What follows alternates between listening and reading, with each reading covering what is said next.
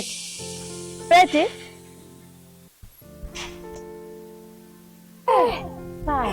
Shoga yangu. Unaonekana na mawazo sana eh? Shoga wewe. Kuna vitu vinanichanganya. Nataka kuhalisia kazi leo. Sijapoisha. Kitu gani tena shoga yangu? Alikuja yule mtoto wa mdogo wangu. Hawa.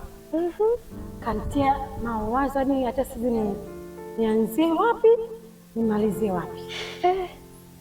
Hani hadithi. Akanambia kama eti kifo cha mama yake mdogo amekisababisha yeye. Huyo mama mdogo amekufa hivi karibuni. Na ikiwa mama mdogo amefariki, hana jeraha lolote na wala hajakabwa kama amenyongwa shingo. Hata alilala tu akaamka, asubuhi tumemkuta ameshafariki. Jamani, wewe sema kweli. Pole sana. Asante. Sasa na kwa nini aseme kwamba yeye ndo kasababisha kifo cha mama yake? Ndo hapo sasa. Ana shida gani kwani? Yuko sawa. Kwani wewe umjui Hawa? Mrefu hivi mweupe kumwona pale kwangu. Umjui? Ni mdogo wako kabisa? Mtoto wa mama mdogo. Hawa? Uso wake mrefu hivi. Umjui?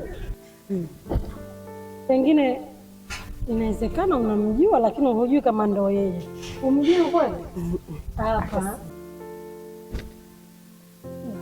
Ni muangalie. Kwa kama nishamuona huyo. Kumbe huyu ndio huyo sasa. Ni lazima itakuwa shamuona. Sio kwangu lakini. Sio kwako.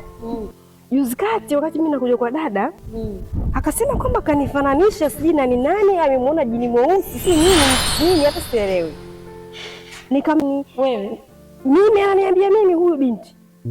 Kabidi nimtengeze kwa mbele. Nikamchenga kwa mbele, nikamuuliza, akaniomba msamaha, yakawa yameisha. Kumbe ni mdogo wako huyo. Ni ukweli kama hayupo sawa kiakili. Kwa hiyo maneno mengine anayokuambia hata usinisikilize. Ni kweli. Alafu itakuwa kuna vitu vinamchanganya kichwa. Sio bure. Lakini hajawahi kunambia. Lakini acha nitamfuatilia.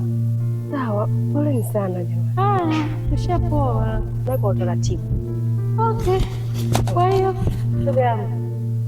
Haya, mimi nimetoka zangu kwa dada hapo kumuona, nimekaa siku 2-3. Hivi ndo narudi tena nyumbani.